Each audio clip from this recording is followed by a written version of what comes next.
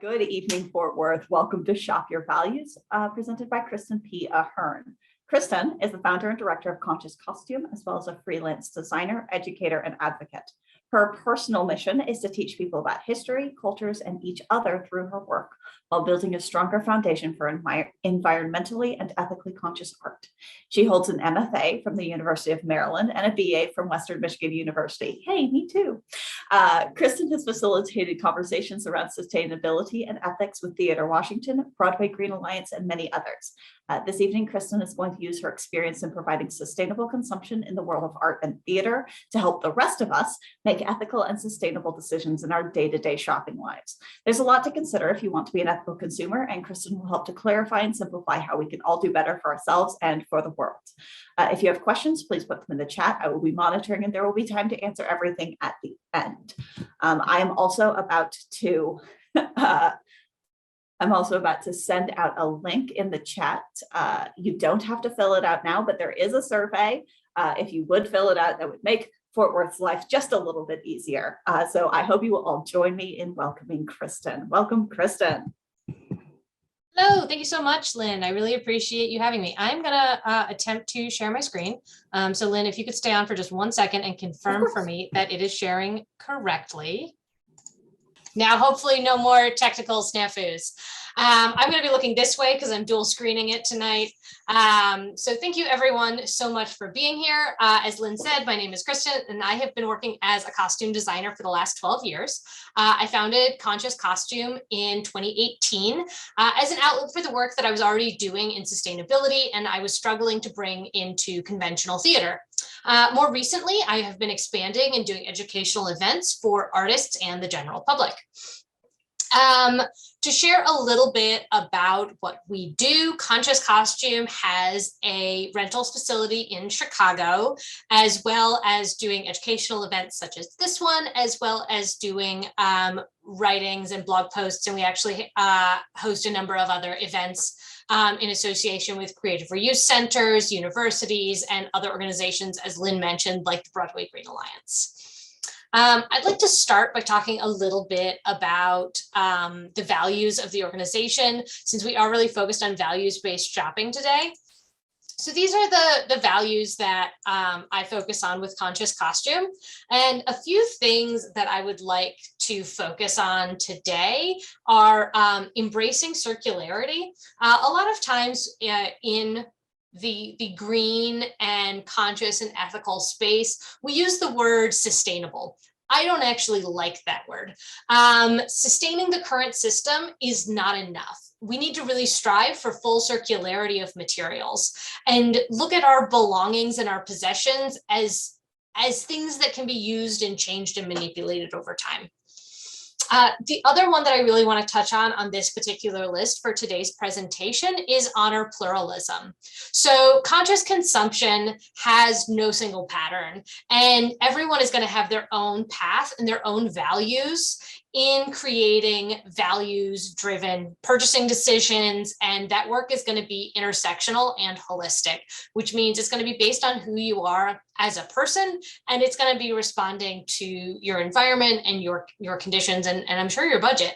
I know that a lot of people are concerned that being more sustainable is more expensive, and in some cases it is, but in many cases it's not. So I've used the word circularity a couple of times. What is circularity? I would guess that most people are right now, according to this particular graph, or not graph, visual, I guess, are in more of a linear or recycling mindset. But my goal is to push for a circular economy as pictured here, which is a system in which waste never really happens. So a linear economy is we take things out of the environment, we make something out of them, we use them, and then we throw them away. So think about your Starbucks cup that was made from raw materials. You used it for a couple hours, maybe, and then you threw it away. A recycling economy says, okay, we're going to take something out of the environment, we're going to make something, we're going to use it once, but instead of just putting it in the trash, we're going to recycle it, which means that it goes back into a system that breaks it down into a base material and then turns it into something new. One thing that's really interesting, sort of thinking about that Starbucks cup, for example, or a lot of plastics, is a lot of plastics are not actually recycled. Plastic recycling is very imperfect, and plastic can only be downcycled. Recycling means that it's going to be turned into something sort of equal value or of equal structure.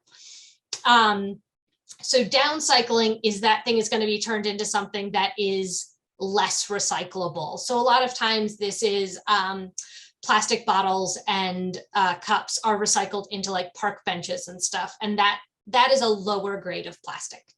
And then the next step, the one that I'm really excited about, is a circular model. And what that is doing is, yes, some things are recycled, but nothing is ever actually wasted. Sometimes things are returned to the manufacturer where they are resold, or they are reused by you or a family member or a community member, or they are repaired and then they can get reused. So nothing is actually ever wasted.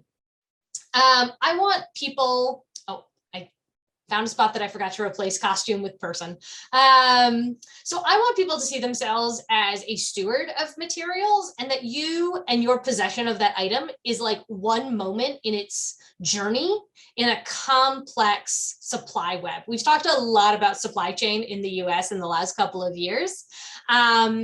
And I think that this is a really great place for you as an individual to engage with that your role in the supply chain as the consumer, but also as a person who then gets to decide what happens to it after it leaves your hands.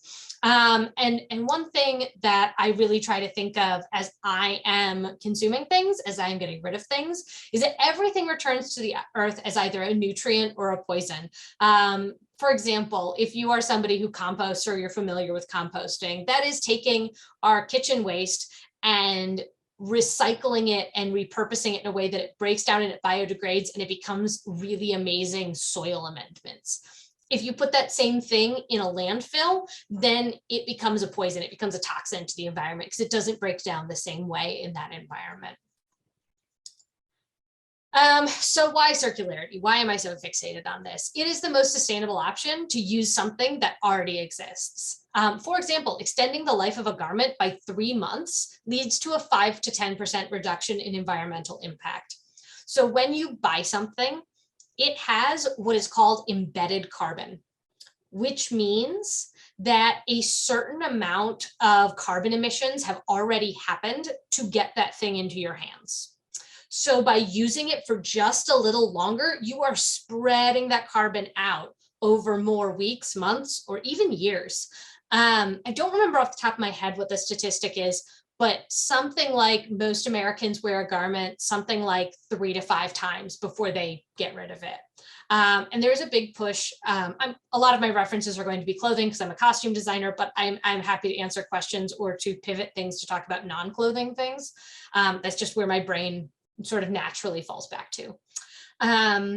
So there's a big movement to try to get something to be worn for 30 wears, like just across the life of when you have it, can you wear it 30 times? And it's very unusual for people to do that. Also, the other reason I really like circularity is keeping things in the ecosystem increases access. Not everyone can afford to buy something new, so finding new homes for your used items can help your neighbors. Or maybe you're one of those people who secondhand shopping is much more accessible than buying a new garment that is sustainably and ethically made. So with all that background and context out of the way, the reason that we're here is about living your values, being ethical and values-based in sourcing materials for your life. So this is a statistic that I found while I was researching for today. According to the Dallas-Fort Worth Zero Waste Alliance, the DFW area recycles only about 22% of the materials that are used, which is significantly less than the national average of about 34%. Now, keep in mind, even with the national average, that still means that, what is it, 66% of materials are just going in the trash, which is a lot. So I would love to find ways to bring that 22% up to 34%. I'd love to bring that 34% up to like 100%, but that's probably a bit longer conversation. So I always like to say to start at the source. A lot of us have heard the reduce, reuse, recycle. But I'm curious if anyone has heard the longer version of that has been going around, which is refuse, reduce, reuse, recycle, and rot. So there are 5 R's, not 3. So the first step is refusing unnecessary stuff. Be accurate about what you want and need and will use. Be really considerate about it. Request no plastic packaging for online purchases. In most online stores, you have a little box towards the end where it says, you know, are there any comments about your order? Put in that little box, no plastic packaging, please, because the plastic will not biodegrade.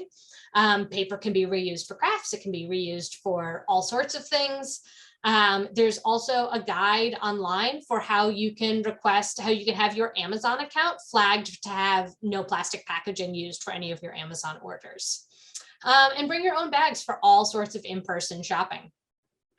It's not just for the grocery store. I bring them absolutely everywhere I go. It really confuses people at like Home Depot and also Macy's. Like there are some stores that just get really weirded out if you brought your own bag. So like be a little weirdness in their life.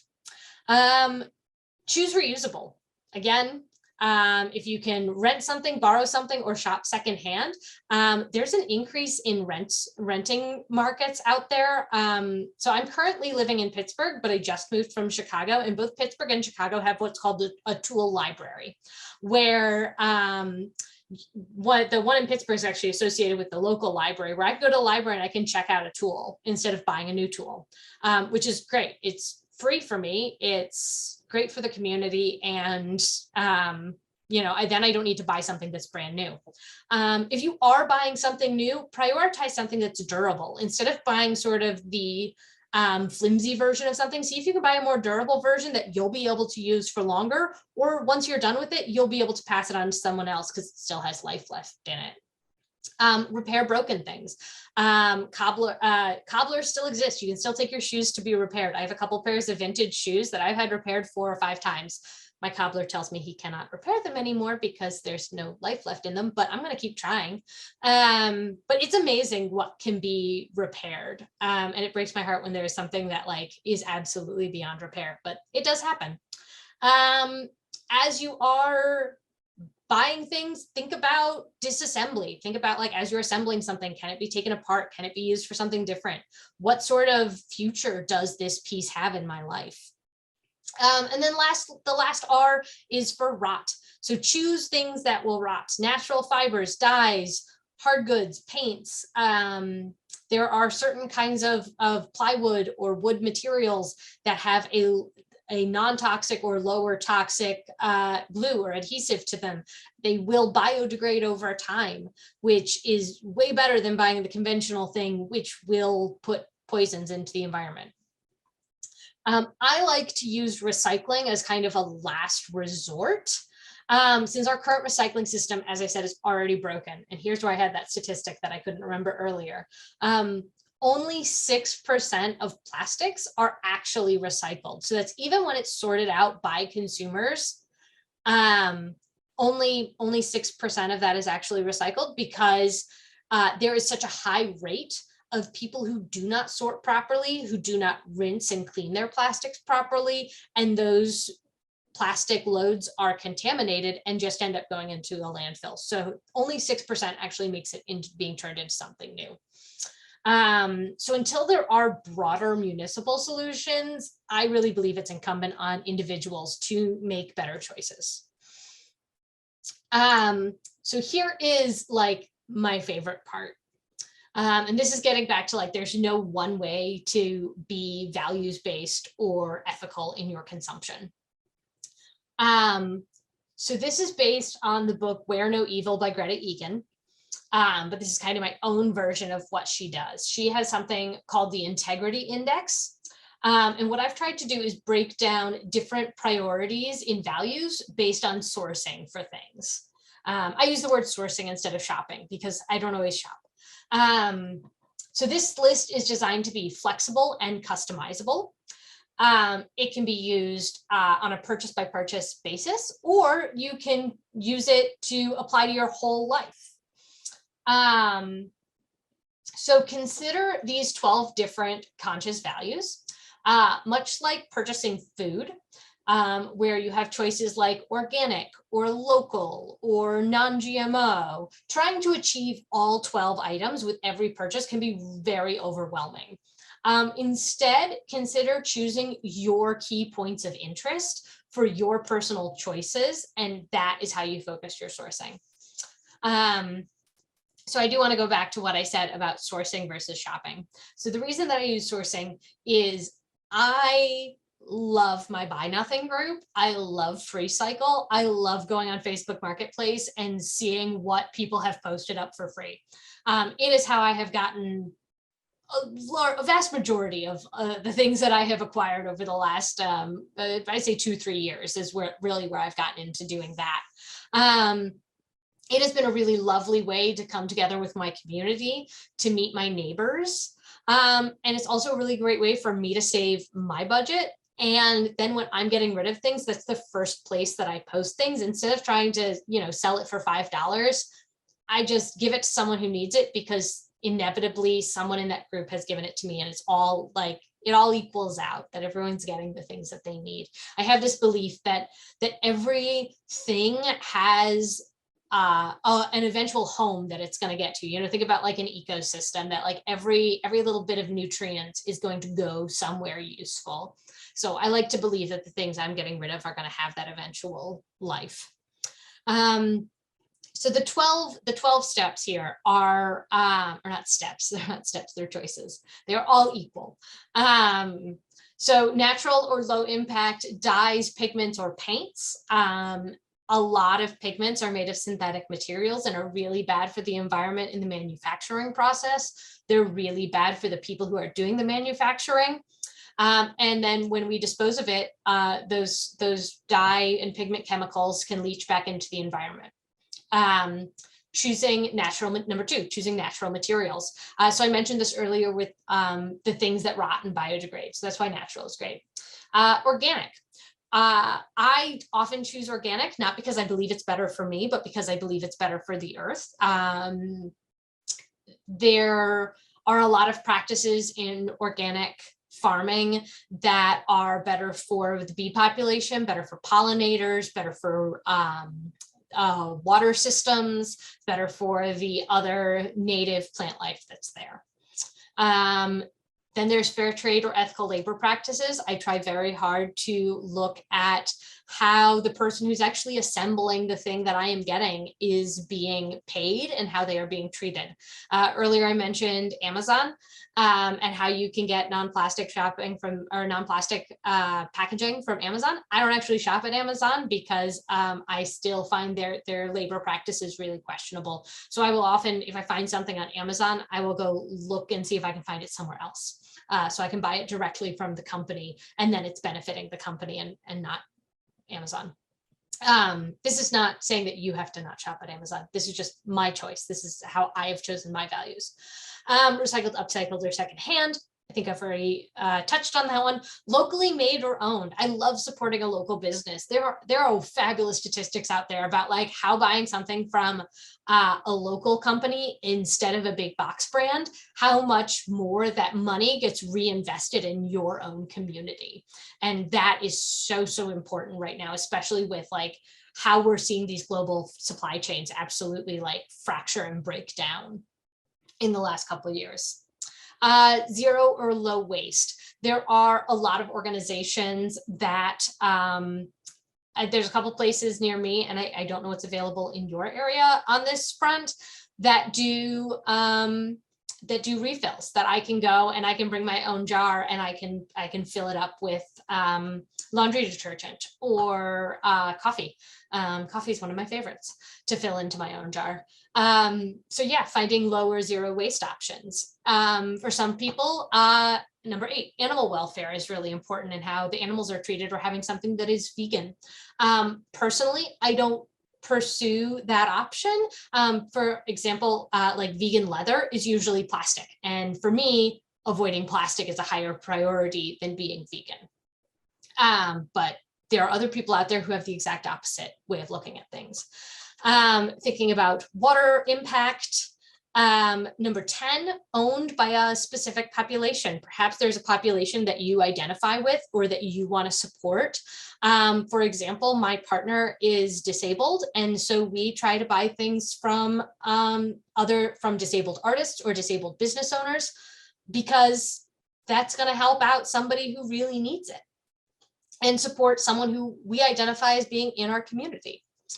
Number 11, somewhere that has a circular or repair program. There's a lot of brands now that will take back their own items if they have been damaged, and then they will repair them and then resell them. Patagonia is one that if you don't want it anymore, you can give it back to them and they will either recycle it or they will repair it and then give it to a service that helps the unhoused population in your area, or a lot of other ways that they deal with that. One of my personal favorites, again, I'm going to keep going back to clothing examples because it's just where I've done the most research. So I apologize if you are not here for clothing, is Girlfriend leggings. Girlfriend, I think it's Collective leggings. They are all made out of recycled plastics. And then when you are done with the leggings, if they've gotten too worn out for you to wear, you can send them back to Girlfriend leggings and they will recycle them into new leggings. So looking for brands that have that sort of program is a really good choice, even if they hit nothing else on this list. And lastly, a social mission. So sometimes you can find an organization that does like a buy one, give one model. So for example, my glasses are Warby Parker's, and it is really hard to find glasses that are made out of organic materials or out of recycled materials. It's very, very hard. And when you do find them, they're very expensive. So I've always bought Warby Parker's because they have the mission where they give glasses to people who need glasses for free because of my purchase. So that is another really great way that you can make a values-based choice in your sourcing. And then lastly, a couple of things that are in your area. So your Creative Reuse Center disappeared recently, but there's a new one, Thistle Creative Reuse. So they have fabric and sewing supplies, they have art supplies, vintage decor and linens and jewelry supplies, pretty much anything arts and crafts. And then there's a couple other secondhand stores in your area that I thought looked really great. The Dallas Furniture Bank, the Discount Home Warehouse, Old Home Supply House, and Habitat for Humanity are all places that you can get gently used home goods or building materials, which I think are some of the harder things to source. And then of course, there's your regular thrift shops for sourcing other things like that. So thank you so much. That is sort of my verbal presentation side of things, where I'm just going to run a whole bunch of information at you. So I hope you have questions. I'm going to stop screen sharing now because it's driving me crazy. Yeah, and then Lynn, I don't know if there are any questions, but I'd love to dive into that. We haven't had any questions yet, but I'm going to let that sink in a little bit with our audience, and they can come up with some questions for us. I have a couple of questions. Oh, and also I kind of want to say the library is a circular resource, you guys. The library is a circular resource. That's why I highlighted the tool library, which is available at my local library. As I say, Fort Worth doesn't have a tool library just yet. We do have an instrument library, so check that out. But books are also a resource. Books, movies, all of those things. If you don't have to purchase it, then you're making ethical decisions, guys. Exactly. And maybe if a whole lot of people ask for a tool library, then people will start thinking about it. Absolutely, that is kind of how we work, guys. And then here's my list of ethical choices. All right, so we did actually just get questions while you and I were talking. So awesome. Do you have any thoughts on using solar cells due to how difficult they are to recycle? this may be out of your wheelhouse, but This is a little out of my wheelhouse, but hopefully it will be in my wheelhouse in the next couple of months, because I am going to be doing work with the Center for Sustainable Business at the University of Pittsburgh. So maybe I will have an answer for you soon. Generally, my feeling is, if it's not a fossil fuel, it's going to be better. I know that there's a lot of information out there about some of the dangers of wind farms, and solar cells aren't recyclable and things like that, which is basically saying, like, don't adapt to this renewable energy alternative because it's not perfect.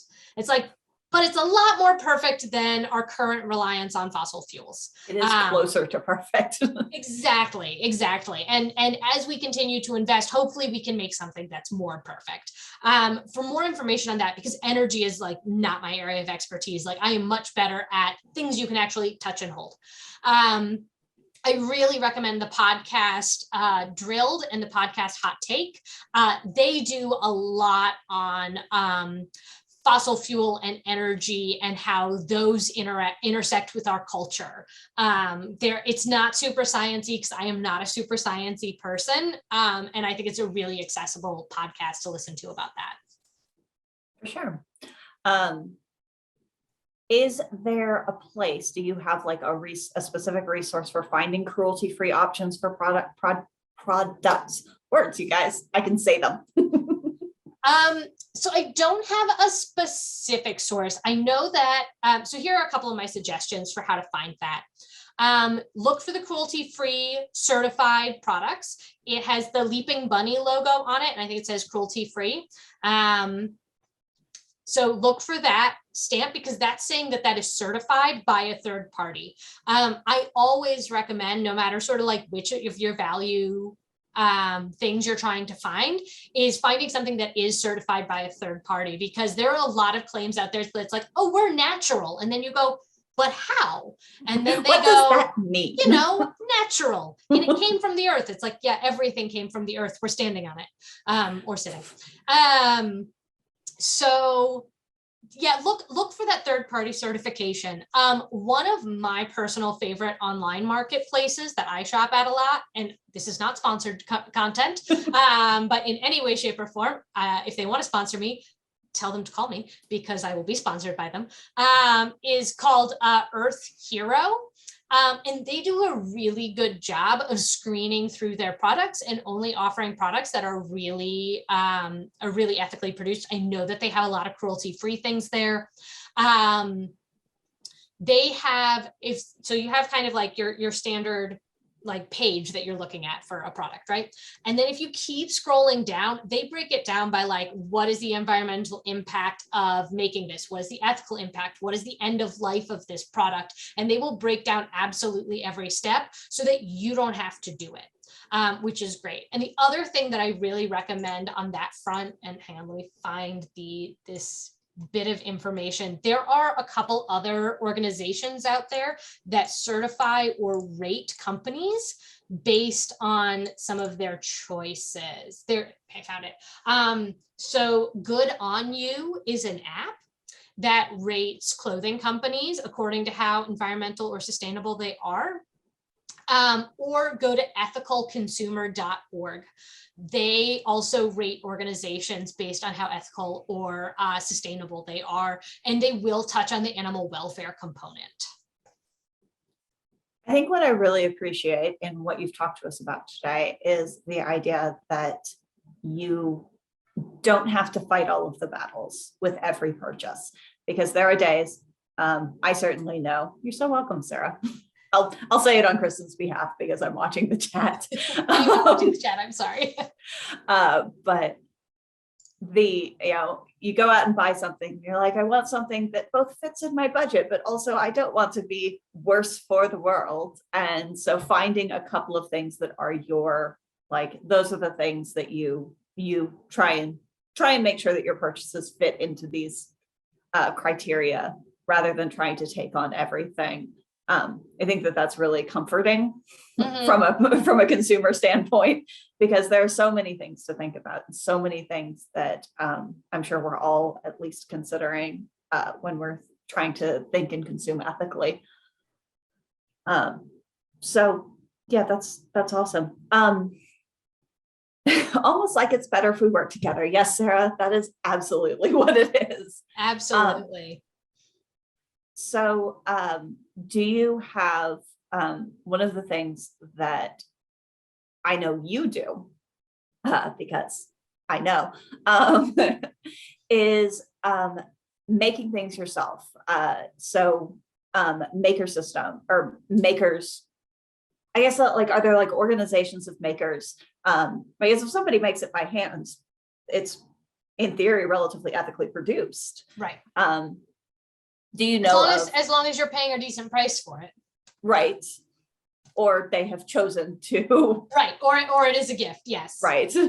Yes. Value your handmade gifts, everyone, because more effort and time and energy has gone into that than if they had just purchased the exact same thing. Yes, absolutely.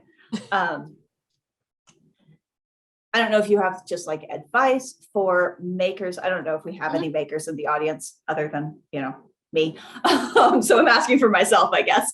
Do you have advice for makers on like ethical choices there? Because like that takes out one element of it. Sure. But there are other things to consider. Yeah. So, I mean, I think, even if you are a maker, you are still getting the raw materials to make something. So it goes back to that exact same chart that I use for sourcing materials. So, for example, I've been doing a lot of work recently with fabric scraps because I am a costume designer. I am a costume maker. During the pandemic, I was a mask maker, as many people who knew how to sew were. And so I am overwhelmed. I have like equivalent of like 3 large garbage bags of just like fabric scraps that are like smaller than 1/4 of a yard, which for anyone who sews knows that like that's kind of a useless amount of fabric. So I've been trying to really experiment with ways to reuse those materials and create something beautiful. And I'm actually going to like move my keyboard out of the way because my like little keyboard rest is a piece that I made out of fabric scraps. I'm gonna hold this up and brag a little bit. So this was all fabric waste that would have otherwise been put in the trash by most people. And like here's the other side where you can see like the embroidery. So yeah, that was all fabric waste. And it kind of like forced me to be creative, to say, I'm not going to go buy anything new. I'm going to use something that I already have. So I do like to try to force myself to be a little bit of creative there. I love a creative reuse center. I hope that like everyone goes and checks out Thistle Creative Reuse, because I was looking at their website and it looks awesome. They are awesome, guys. Like, I will vouch for them. They're amazing. Great, good to know. Because I love my local creative reuse center. I go like once a week just to wander around and see what I find. And this past week they had large plastic tote bins for $3 a piece, and they were like perfect condition. And I'm like, I always need tote bins. Yeah, always. No kidding. Who doesn't need large plastic tote bins? Right. I got that. I got some magnets. I got some clothespins. I got some chip clips. They had a container that was the sort of things that you always need all the time. right. And they had them. They had like a gallon size bag was $9, and it was just like anything that was in these card catalogs, which was like all the little bits of stuff. And I just filled a gallon size bag and spent $9 on it. The other side of that with Thistle, guys, is if you have craft supplies, they accept donations, like they're selling donated items. So again, instead of throwing away, you can give to an organization that needs them or wants them. Yeah. And one of the things that I always like to, one of the other values that I didn't dive into super deep at the beginning is the value of abundance, like sharing with abundance. So that's one of the reasons I really love my Buy Nothing group. And like, you can go to our website, consciouscostume.com, and there's like a very long article that I wrote about like what living with a Buy Nothing group, a really active Buy Nothing group in my area, like meant to me, and like how that changed how I viewed stuff. Because so often, like, sharing with abundance and having that mindset instead of a scarcity mindset. So a scarcity mindset basically means like, I'm going to hold on to this stuff because one day I might need it again. Whereas abundant mindset is like, I'm going to let this go because someone might need it right now. And then what I need is going to come to me. And you just have to like trust that what you need is going to come to you. And if you are a religious or a spiritual person, this might be something that really resonates with you. It's almost, it's almost a little prayer-like, it's almost a little faith-like, but I have to admit, like, it worked. Like I got rid of like half-used nail polish that I didn't want anymore, half-used hair supplies that I didn't want anymore, like all sorts of stuff that I wouldn't be able to donate to a thrift store, but like one of my neighbors benefited from having that. And I got, what did I get? I got a TV stand, I got a couple of shelves, I got some grocery items that someone was clearing out their pantry and they had some partially used grocery items. So like you never know what's going to sort of come back to you. And oh, this was starting with thistle. So let me go back to that. Oh, thank you so much, Lynn. No problem. I was listening, but I was also looking. That's totally fair. So it made me feel more comfortable letting go of stuff. Because especially as a maker and as a crafter, I was always sitting there going, I have these partially used tubes of paint that I haven't used in 2 years, but I can't, like, where am I going to get rid of this? No one wants this. So, but I don't want to put it in the trash. Like, I don't feel comfortable throwing it away. And so having a creative reuse center where they are going to find a new home for it felt so good. And it let me get rid of stuff from my home. And it let me just keep the stuff that I valued and just keep the stuff that was important to me or that I immediately saw a use for. And from the maker side, a lot of times unusual things will catch your imagination and catch your creativity. And so what's sitting in my closet that I have no idea what I'm going to do with may not be catching my creativity at all. Obviously, if it was, I'd be making with it. But if I put it someplace else and put it out for other people to access, all of a sudden it might catch their creativity. So something to consider, everybody. Yeah. We're still taking questions in the chat. I know I've been putting other stuff in the chat too, but if anybody has further questions. So one of the things I occasionally think about is just how long it takes something to get from point A to point B. And I know we don't think a lot about like, oh, it takes 4 days or it's a lot of driving, because with Amazon, a lot of stuff just sort of appears at your door without you really thinking about it in 24 hours or less, sometimes. But like I don't know where it falls in those 12 items, but like the idea of just getting an item, something that you've purchased from point A to point B. I don't know, there's probably a question mark in there somewhere. I'm just not sure where it is. So that's sort of what I was talking about, like the embedded carbon. Okay, there it is. That like, so if you were to take that ship, so like, let's say, a lot of our things are made in East Asia, in Bangladesh, in China, in Sri Lanka, and things like that. So it all gets put on a ship or on a plane, and then it's gonna fly or sail. I think it's still called sailing, even if there's no sail. Probably. Moving across the water. And regardless, it's being transported. Yes, and it is. It's using a certain amount of gas, right? Of fuel. And then you take that total and then you divide it by the number of items that were on that ship. And that is like what each item's embedded carbon is. As well as all of the carbon that went into manufacturing it or growing the material. Like, let's use t-shirt as an example. Again, sorry, I keep going back to clothing. So like a t-shirt, there's going to be a certain amount of carbon from the tractors that grow the cotton. And then there's going to be a certain amount of carbon from the energy that goes into making the t-shirt. And then there's going to be a certain amount of carbon that's going to be shipping it from China to the US. And then there's going to be a certain amount of carbon that is from shipping it from California to Fort Worth. So like all of that carbon is sort of like metaphorically in that t-shirt. So let's say you get, I'm trying to think of where I can't think of any t-shirts where the cotton is grown domestically off the top of my head, but there is a brand called I used to actually know somebody who ran an organic cotton farm, but I don't think they do anymore. So bummer.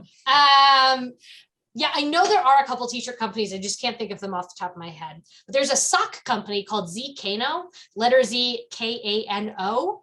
I haven't looked at them in a couple years, and with sustainable brands, they do tend to come and go if they can't like really get going. That their cotton is grown in like North Carolina, South Carolina, Georgia area, and it is all spun and manufactured in that same area. So that carbon footprint of that sock, pun intended, is going to be so much less than that same sock being shipped from overseas. Even if the farming practices were identical and the labor practices were identical, it is going to be a better choice. So that comes back to like local, shopping local. Yeah. And local can mean something sort of broad. It doesn't have to mean like in your, 10-mile square radius. It can be, in the US or just in North America. And yes, they do still appear. Yeah. Okay. Sorry. We'll notice this as well. I also checked. Zkano does still exist if you're interested. And yes, the socks are very cute. There's a lot of good sock companies right now. Like buying some of your basic items like socks and t-shirts and underwear in a more ethical way is one of the easier items to get right now. One of the things I've had some trouble with is laundry detergent. Actually, specifically, and you and I have had this conversation actually before, but fabric softener. Yeah. Because again, in an effort to be sustainable, I'm hanging my laundry and it is sometimes a little bit crunchy. And I was like, fabric softener will help that, but all fabric softener, as far as I can tell, is sold in plastic containers. Did you try the vinegar thing I suggested? I did. It's actually working really well. We're fairly pleased with it. Yeah, white vinegar does everything. I'm absolutely convinced of it. But don't mix it. Like if you're going to make some of your own natural home remedies, be very careful about what you are mixing together. For example, if you mix vinegar and like OxyClean, you basically make mustard gas. So don't do it. Don't do that. Don't do that. We do not here at Fort Worth Public Library endorse making mustard gas. Especially not if what you're trying to do is do laundry. Right. It will also degrade your clothes faster. Like that. It seems like mustard gas would. Right. It's a very caustic chemical compound that will break down the fibers and your clothes won't last as long. So don't do that. And bleach also, the way that it works is it breaks down the fibers. So you will also make your clothes last less long. So don't use bleach sparingly. That is actually something that I know is one of the things you work on and you have worked on is how to make your clothes last longer. Because that would have been a more sensible question to ask than some of the ones I've asked this evening.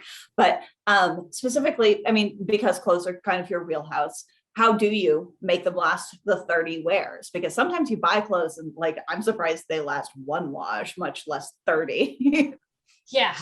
So buying sturdier pieces from the get-go is a really good idea. If you are shopping at a thrift store, because I almost exclusively shop at thrift stores or online thrift stores. I love Poshmark. I love ThredUp. I love ThredUp. The dress I'm wearing right now came from Poshmark. I think it is originally a North Face brand dress. Yes, that's right. North Face makes dresses. It's like a hiking dress. It's got pockets. It's very comfy. It has pockets, which is amazing. I don't buy things without pockets anymore. So yeah, buying something from like one of those higher end brands, especially if you can find it secondhand for cheaper, it's going to be sturdier than a lower end brand. So doing that, getting something sturdier from the get-go. Learning how to sew. things are actually real. It's not that hard. I promise. It's not that hard. I say this as somebody with 30 years of sewing experience, and I'm not exaggerating. So maybe I have a biased opinion, but there's an amazing wealth of resources on YouTube that will walk you through step by step how to do something. It seems like TikTok and Reels are also blowing up with sewing and mending tips, but I don't know if I'm just seeing those because I'm a target demographic for those. That's sort of how TikTok works. So if you start looking for something, it starts showing up more often. Right. So right. But if any of you are on TikTok and want this, start looking for it. There are great ways to repair clothing or modify it to fit you. Or if you don't have those skills and you don't want to have those skills, a lot of dry cleaners also offer tailoring and mending services that are really reasonably priced. So if you've lost a lot of weight or just want something to fit a little bit better, they can usually take care of that at the dry cleaner, or they can handle repairing a hem or sometimes patching a hole. Awesome.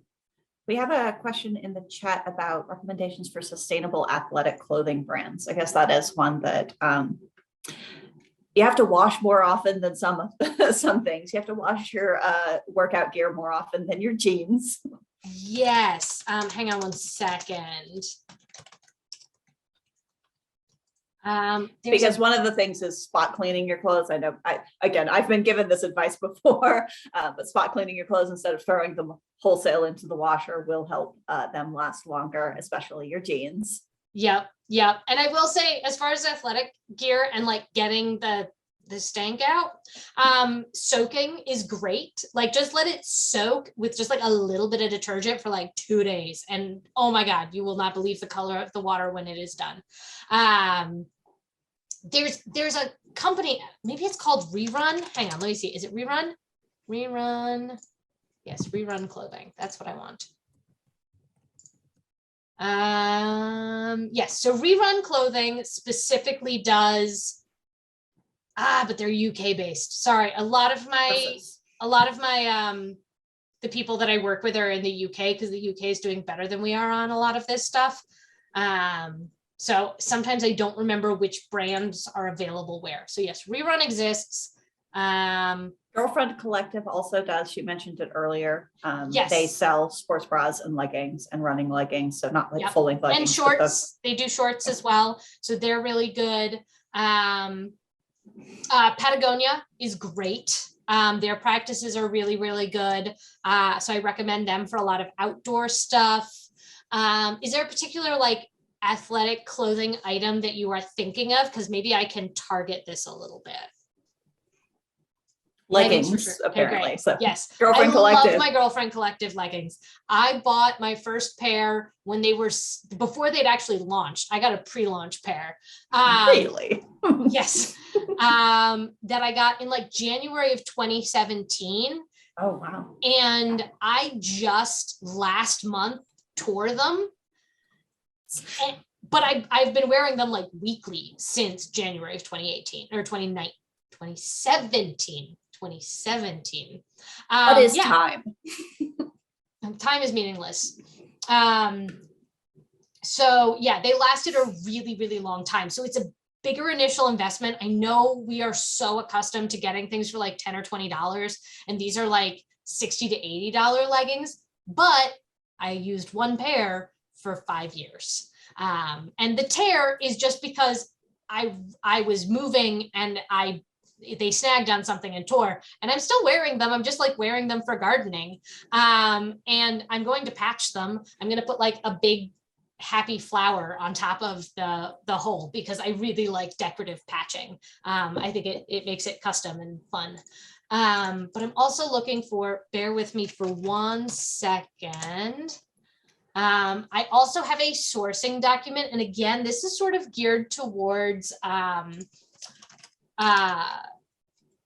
costume folks, but it is all sorts of clothing. One of the things, so we're talking about a lot of name brands here. And again, some of you watching right now may not feel like you can afford those. That's fair. I am with you.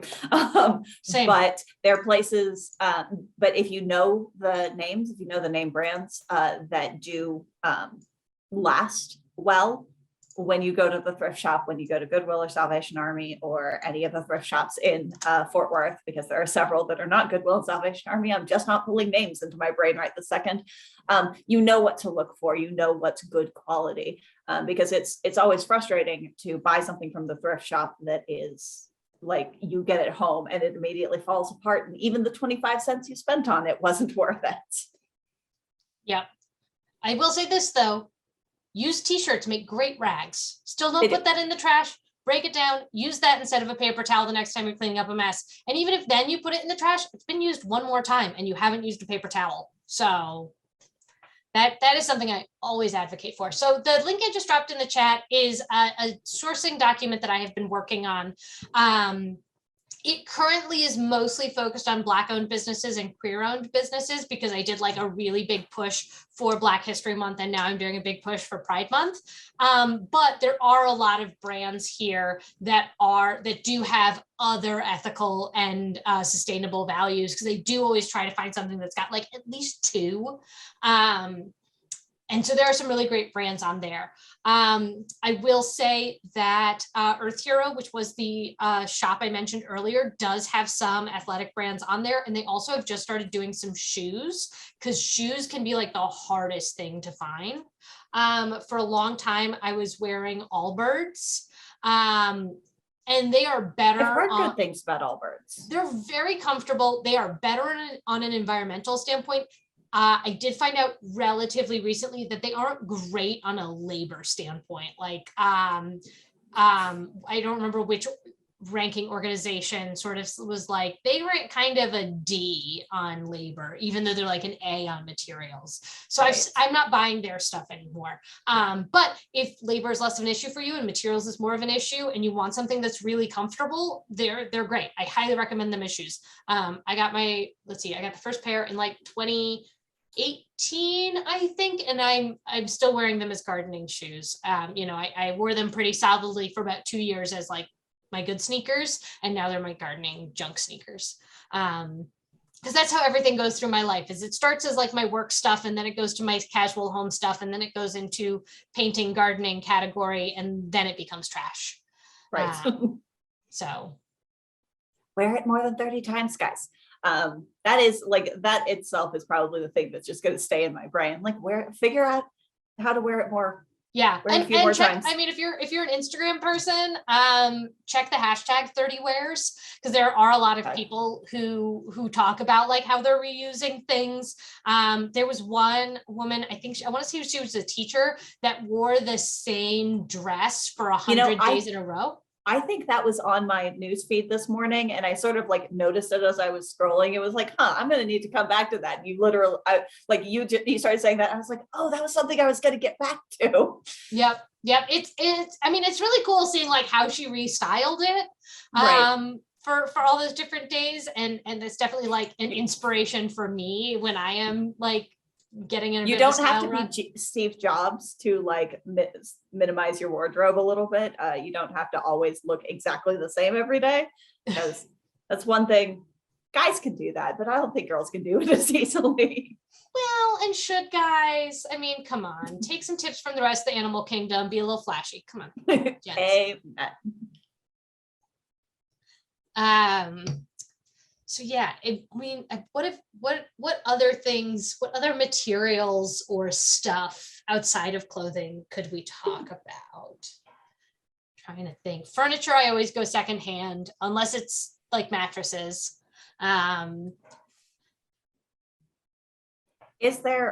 there organizations, like I know because I know a lot of like Goodwills and Salvation Armies, and even Habitat won't always take a mattress. Is there something that's actually good to do with old mattresses, or is it just, are we all stuck in the same boat with that one?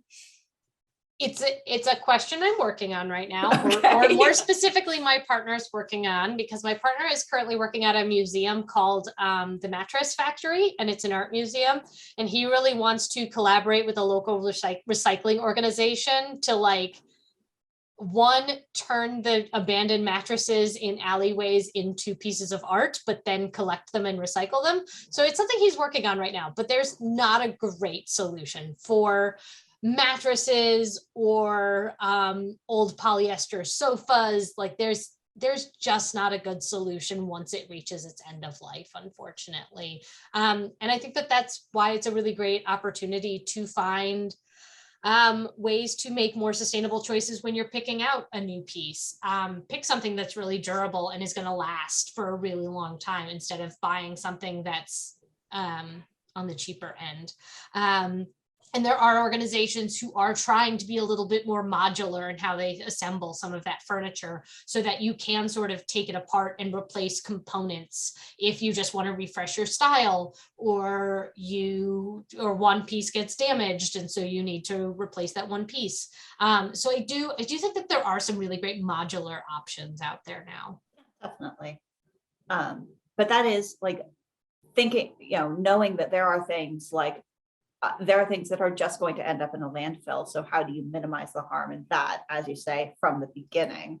And Right. So pick out stuff that is made of natural materials, that isn't made of polyester. And when it says polyester, guys, that means plastic, unfortunately. Yeah.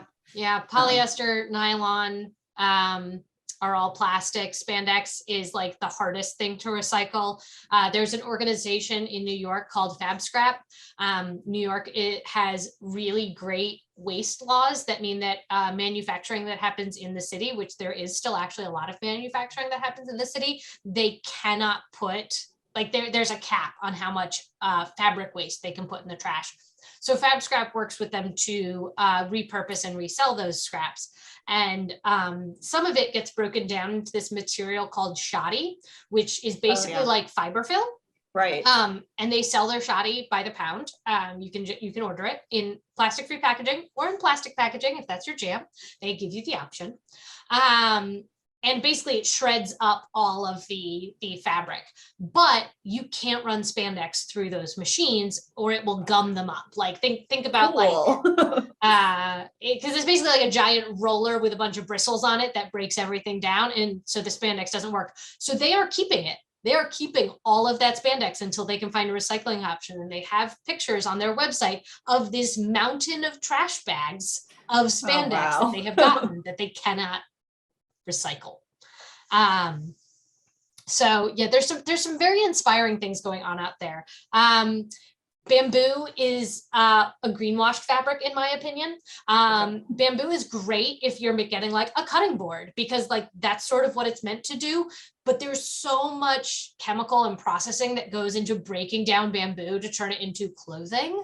I don't recommend bamboo. I mean, it's just rayon. It's just rebranded rayon. So rayon is I guess I hadn't realized that. Oh yeah. So now I'm getting into my fabric nerdiness. So rayon is a type of cellulosic fabric, which is wood pulp that is broken down and turned into a fiber. So it is not a synthetic like polyester. So it is not plastic, but there's so much processing that goes into it. It might as well be. It's better than polyester, but it's not as good as like cotton or linen or wool. Awesome. Good to know. Can you define greenwashing for us really quick? Sure, just in case anybody is watching this and doesn't know. Absolutely. So greenwashing is where a brand will try, or a product will try to sound more eco-friendly than it actually is. So those are the people who put just like natural on something, but they don't actually back that up with any sort of information. I'm going to go ahead and flag that H&M is a greenwashing organization. They are doing some good things. And so they're one that gets a lot of press, but their labor practices are still terrible. And so even though they are occasionally using a recycled material, by and large, most of their collection is conventional materials. So, it's like, the bamboo, like bamboo socks, bamboo t-shirts. They're really soft, they're really comfortable. And people go, oh, it's sustainable because it's bamboo and bamboo is really renewable. And that's true, but it's not looking at the other side of the coin and the rest of that environmental impact of turning wood into fabric. I feel a little bit that way about vegan meat, because there is a lot of water and a lot of processing that goes from taking a plant like soy and making it into a something texturized to feel in the mouth like meat. And I say that even knowing that my dinner this evening is going to be an Impossible Burger. What are you gonna do? No one's perfect. One of the things that I love is that the person who invented the car rode in a horse and buggy every most of his life. And the person who invented the light bulb did it by candlelight. Like, we are all making the choices we can in the world we are in, and we are just trying to do the next better thing. I had another point. Oh, the other thing about soy. Most places that it's grown, it's a monoculture. Right. So we have destroyed the local ecosystem and put down fields and fields and fields and fields of soy to make this tofu or plant-based meat product. And a lot of plant-based meats are just gluten. They, I guess, take all the gluten out of the gluten-free bread and shove it into a fake meat. Make it into a faux chicken nugget. Yay. And some of them are really tasty. I like an Impossible sausage. I do. What can you do? So we are about at time, or we're actually a little over time. So Kristen, do you have any last words? Because do your best. Sometimes it's not going to work. That's the most comforting thing to hear, honestly. I can't tell you how many times I spend 3 days trying to find the sustainable version of this thing, and I can't find it, or I can, but I have to order it from Poland, and therefore it kind of negates the fact that I found something made out of recycled materials. Or I spend days and days and days searching and there's nothing. Or I find days and days and days searching and it's 10 times the cost of the conventional option, and I can't afford that. And it's frustrating. It's really frustrating. And so sometimes I just have to go, okay, I'm doing my best over here. This thing I'm gonna hold my nose, I'm gonna close my eyes, and then just gonna buy it from the regular conventional source because it's what I have to do to get through the day. So don't feel bad if you're not perfect, because nobody is. Nobody's perfect, and we love you anyway. So thank you, Kristen. I'm going to actually put the survey link into the chat again. This is just an opportunity for you guys to tell us what kind of programs you want from the Fort Worth Public Library. Stuff like this, more stuff like this. We will get more stuff like this, something different. We are more than happy. And Kristen has just put her website in the chat as well. Kristen's awesome. And if you read up on what she's doing, it's really amazing stuff. So Kristen, thank you so much for joining us. Thank you so much for having me. This was so much fun. We're really grateful you came. Thank you, everybody who joined us this evening, and go out there and do your best. Thanks, everyone. Thank you, everybody.